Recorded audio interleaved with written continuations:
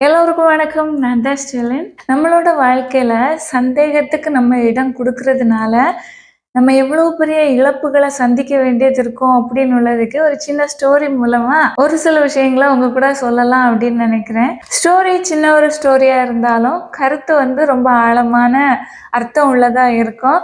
கண்டிப்பா அந்த ஸ்டோரியும் சொல்ற கருத்துக்களும் உங்களோட வாழ்க்கையில மாற்றத்தை கொண்டு வருகிற விதமா யூஸ்ஃபுல்லா இருக்கும் அப்படின்னு நம்புறேன். அடர்ந்த காட்டுப்பகுதி. அதுல நிறைய பறவைகளும் விலங்குகளும் வாழ்ந்துகிட்டு இருக்குது. ஒரு குறிப்பிட்ட பகுதியில அணில் இனம் வாழ்ந்துகிட்டு இருக்குது. அந்த இடத்துல ஒரு சில காலங்கள்ல பனிப்பொழிவு அதிகமா இருக்கும். ஒரு சில காலங்கள்ல வெயிலோட தாக்கம் ரொம்ப அதிகமா இருக்கும். இந்த இடத்துல நிறைய அணில் எல்லாம் இருக்குது. ஆனா எந்த ஒரு அணிலும் தன்னோட மனைவிக்கோ தன்னோட பிள்ளைங்களுக்கோ ஏத்த ஒரு வாழ்க்கை வாழல. முக்கியமா உண்மையா எதுவுமே இருக்கிறது இல்ல. ஆனா இந்த 2 அணிலும் ஒருத்தருக்கு ஒருத்தர் ரொம்ப உண்மையா இருக்குது. ஆண் அணிலு பெண் அணிலுக்கு எல்லா விதத்திலயும் ஹெல்ப் பண்ணும். பெண் அணிலும் ஆண் அணிலுக்கு எல்லா விதத்திலயும் நல்லபடியா ஹெல்ப் பண்ணும்.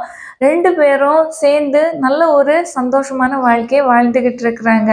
பக்கத்து மரத்துல எல்லாம் ஹோல் போட்டு வேற அணில்கள் எல்லாம் இருக்குது. ஃபேமிலியா இருக்குது, தனியா இருக்குது. எல்லாருமே பாக்குறாங்க இவங்க ஹாப்பியா வாழ்றது, ஹாப்பியா விளையாடிக்கிட்டு டெய்லி அவங்களோட லைஃப்பை என்ஜாய் பண்றத பாக்குது.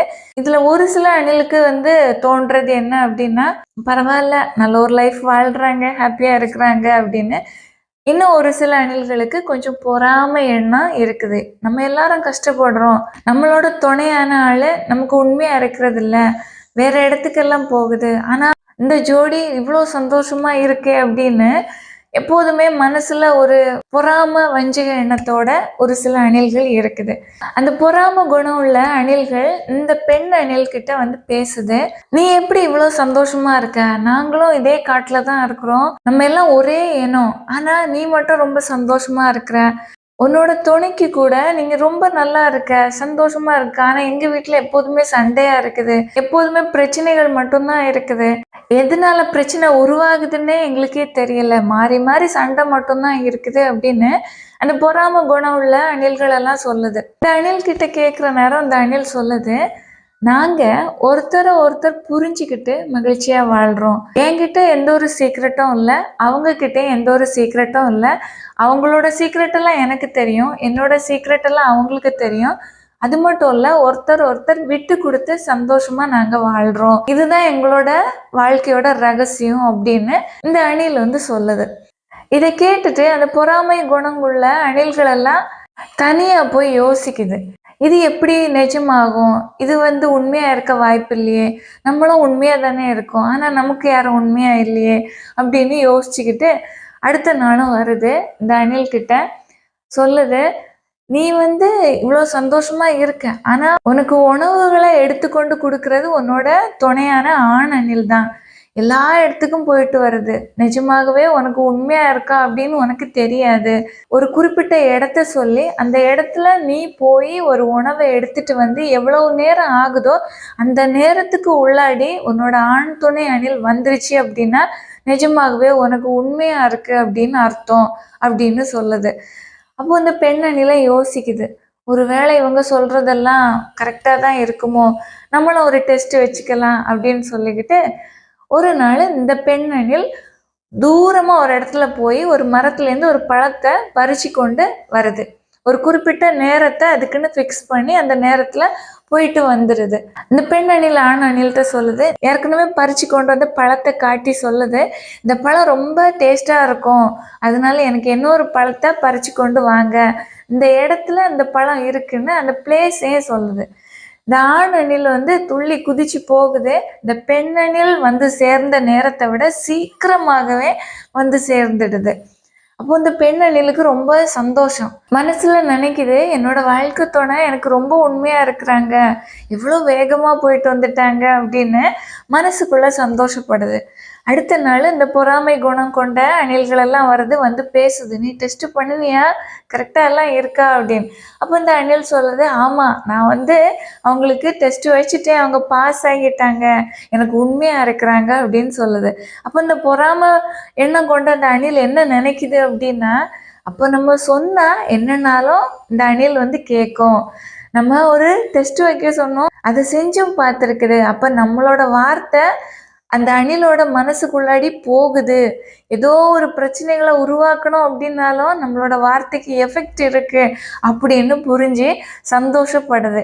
இந்த சந்தோஷமா வாழ்ற அணிலுக்கு பொறாமை குணம் கொண்ட அணில்களோட வஞ்சக குணம் தெரியவே இல்லை. அதுகளுக்கு மேல ரொம்ப நம்பிக்கை வைக்குது.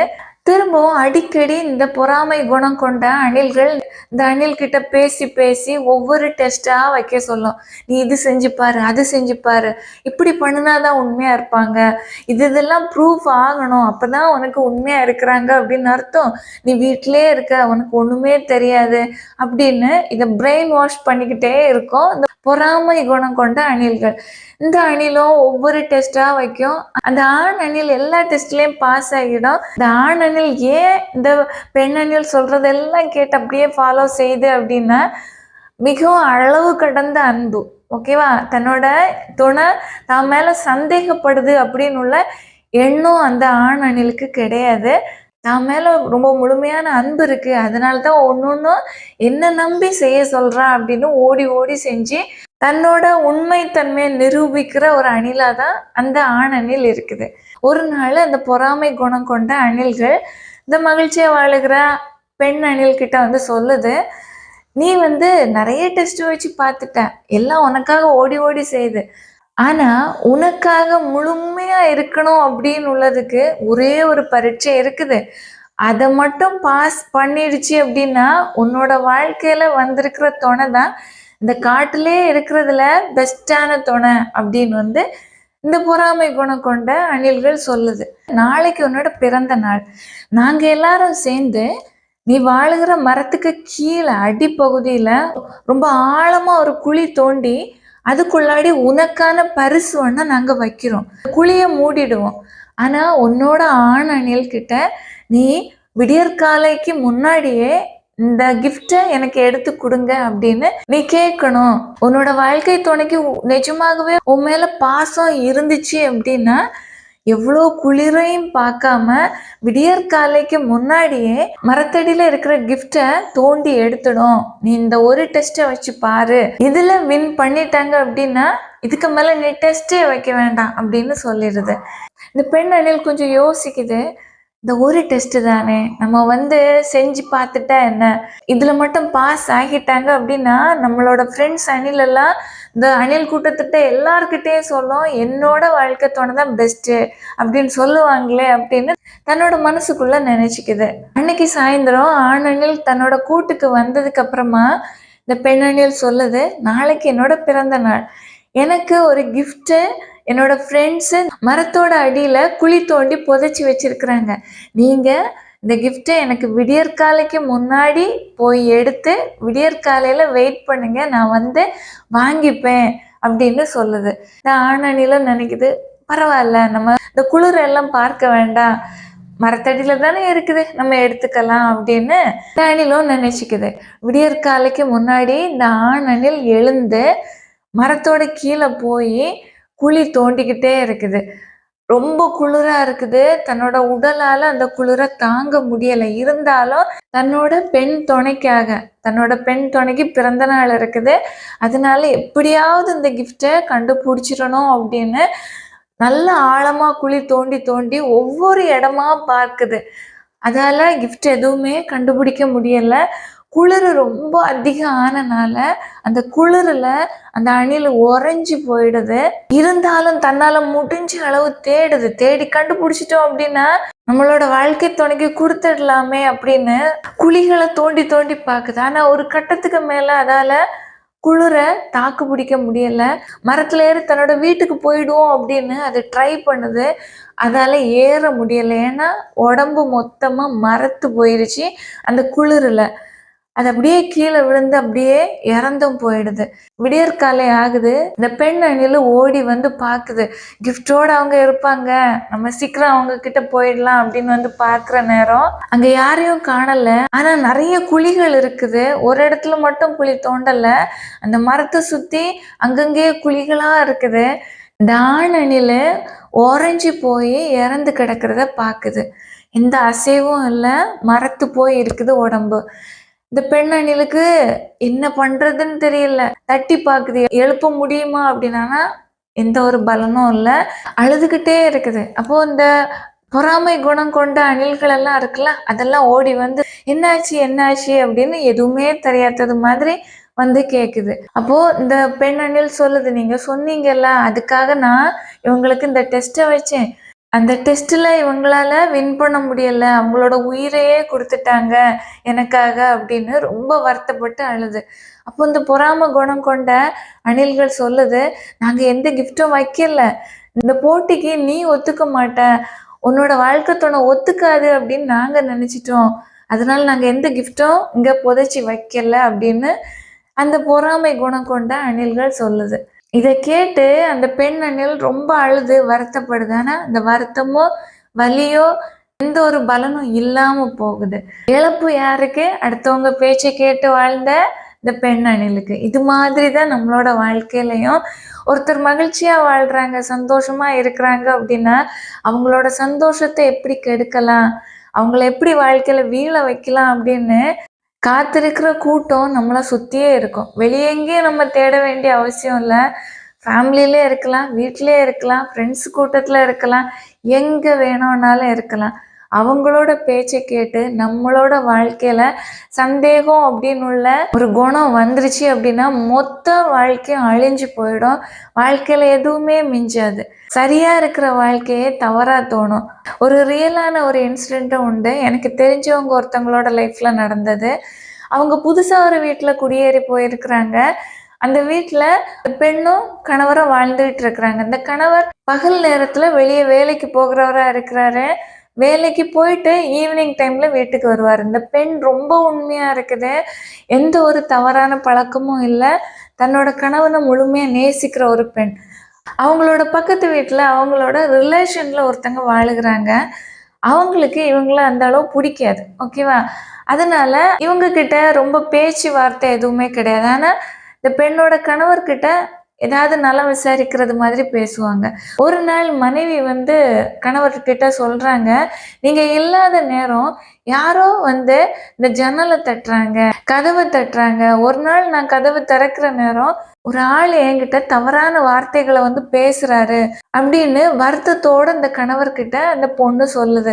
ஃபர்ஸ்ட் டைமா அந்த கணவருக்கு கேட்குற நேரம் ரொம்ப வேதனையா இருக்குது. ஐயோ, என்னோட மனைவிக்கு இந்த இடத்துல சேஃப் இல்லை அப்படின்னு ரொம்ப வருத்தப்படுகிறாரு. மனைவிக்கு ஆறுதல் சொல்றாரு. அதுக்கு பிறகு கணவர் சொல்லுகிறாரு, யார் வந்தாலும் நீ இந்த கதவை திறக்க கூடாது, ஜன்னல் வழியா மட்டுமே பேசு.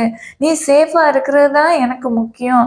நீ என்னோட வாழ்க்கையில ரொம்ப முக்கியம் அப்படின்னு சொல்லி ஆறுதல் படுத்துகிறாரு. இந்த பெண்ணும் அதே மாதிரி ஃபாலோ பண்ணுது. இருந்தாலும் இந்த கணவருக்கு மனசுக்குள்ள எப்போதுமே தன்னோட மனைவி சேஃபா இருக்கிறாங்களா, சரியா இருக்கிறாங்களா அப்படின்னு வேலை செய்கிற இடத்துலயும் மைண்ட்ல ஓடிக்கிட்டே இருக்கும். ஒரு நாள் இந்த கணவர் என்ன செய்கிறாரு அப்படின்னா, பக்கத்து வீட்டுல அவங்களோட சொந்தக்காரங்க இருக்கிறாங்கல்ல, அந்த லேடி கிட்ட போய் சொல்றாங்க, என்னோட மனைவி தனியா இருக்கிறா, அவளை வந்து நீங்க பாத்துக்கங்க. யார் யாரோ வந்து தொந்தரவு பண்றாங்க, அவ வந்து பயந்து போய் இருக்கிறா, நீங்க ஒரு பார்வை என் வீட்டு மேல வச்சுக்கங்க அப்படின்னு சொல்றாரு. இந்த பெண்ணும் சொல்லுது, ஓகே நான் வந்து பாத்துக்கிறேன் அப்படின்னு இந்த கணவர்கிட்ட இந்த சொந்தக்கார பெண் சொல்றாங்க. நாட்கள் போயிட்டே இருக்குது. அப்போ ஒரு நாள் அந்த கணவர் அந்த சொந்தக்கார பெண்ணுக்கு இடத்துல பேசுற நேரம் அந்த பெண்ணு சொல்லுது, நாங்க இவ்வளோ பேர் இந்த இடத்துல இருக்கிறோம், எங்களோட வீட்டில் யாருமே வாரதில்லை, எங்களோட வாசலை யாரும் தட்டுறதும் இல்லை, எங்களோட ஜன்னல்களை யாரும் தட்டுறதும் இல்லை, யாரும் எங்களை கூப்பிடுகிறதும் இல்லை, எங்ககிட்ட அசிங்கமான தப்பான வார்த்தைகளை பேசுறதும் இல்லை, எந்த தகாத வார்த்தைகளையும் எங்களோட வாழ்நாட்களில் நாங்கள் கேட்டதே இல்லை. ஒருவேளை உங்கள் மனைவி சரியில்லையோ, உங்கள் மனைவி கூப்பிட்டு தான் யாரோ உங்களோட வீட்டு வாசலை தட்டுகிறாங்களோ, உங்கள் மனைவி இடம் கொடுக்காம இருந்தா எப்படி இவங்கெல்லாம் வருவாங்க அப்படின்னு ஒரு சந்தேகம்னு உள்ள தீய கொளுத்தி போட்டுருச்சு. ஓகேவா? இந்த ஆளோட மனசுல இந்த ஆள் ஃபர்ஸ்ட் வந்து நீங்க அப்படி பேசாதீங்க, என்னோட மனைவி அப்படி கிடையாது அப்படின்னு சொல்றாரு. ஆனா நாள் போக போக அந்த வார்த்தை இந்த மனிதனுக்குள்ளாடி போய் மரமா வளர ஆரம்பிக்குது. சந்தேகம்னு உள்ள எண்ணம் ரொம்ப அதிகம் ஆகுது. தன்னோட மனைவியை சந்தேகப்படுகிறான். ஆனா அந்த பெண்ணு ரொம்ப உண்மையா இருக்குது, எந்த தவறான பழக்கம் இல்லை, வெளியே எங்கேயும் போக வேணும் அப்படின்னா கூட தன்னோட கணவரோட துணையோட தான் வெளி இடத்துக்கு போகுது. வீட்டுக்குள்ளேயே இருக்குது. கணவருக்கு உண்மையா இருக்கணும், கரெக்டா இருக்கணும் அப்படின்னு எல்லாமே சரியான விதத்துல இருக்கிற பெண்ணை சந்தேகப்பட்டு தவறான வார்த்தைகளை பேசி வீட்டுல சண்டை சச்சரவுகள் மட்டும்தான் இருக்குது. நாட்கள் போக போக சந்தேகம் அதிகம் ஆகி அந்த பெண் தன்னோட உயிரையே மாய்ச்சிக்குது. இந்த ரியலான விஷயத்துல இழப்பு யாருக்கு? சந்தேகப்பட்டதுனால வந்த வினை தான் இது. சந்தேக பேரை கிளப்பி விட்டவங்க மகிழ்ச்சியா வாழுகிறாங்க. ஆனா அதை கேட்டு அதன்படி நடந்தவங்க வீழ்ந்து போயிட்டாங்க. இதுதான் வாழ்க்கை. எந்த ஒரு விஷயத்தையும் அடுத்தவங்க சொல்றாங்க அப்படின்னு உள்ளதுக்காக கேட்டு தான் கூட இருக்கிற நல்ல உறவுகளை சந்தேகப்பட ஆரம்பிச்சீங்க அப்படின்னா வாழ்க்கை காணாம போயிடும். நம்ம வாழ்ந்த வாழ்க்கை அர்த்தமே இல்லாம போயிடும். அதனால வாழ்க்கையில எப்போதுமே நம்மளோட அன்புக்குரியவங்களை சந்தேகப்படாதீங்க.